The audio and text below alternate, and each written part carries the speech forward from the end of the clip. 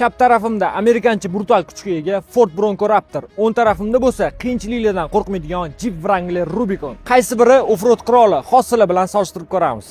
Bronco 3 litrli twin turbo motor, 440 ot kuchga ega. Wrangler 3.6 litrli atmosferniy motor, 290 ot kuchiga ega. 10 pog'onali avtomat korobka 0 dan 100 gacha 6 sekund. 8 pog'onali avtomat korobka 0 dan 100 gacha bo'lsa 608 sekund. Og'irligi 2600 kg.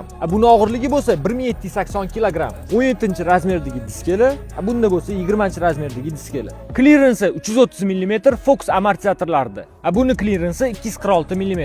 360 kamera, oldi va orqa kamera. Bizramchni eshiklar tomi yechiladi.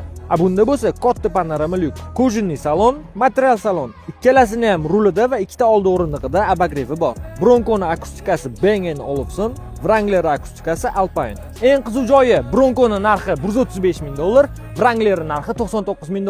Ikkalasi ham yangi mashina. Siz qaysi birini olgan bo'lardingiz? Kommentariyaga yozib qoldiring. Sizning fikringiz biz uchun juda ham muhim.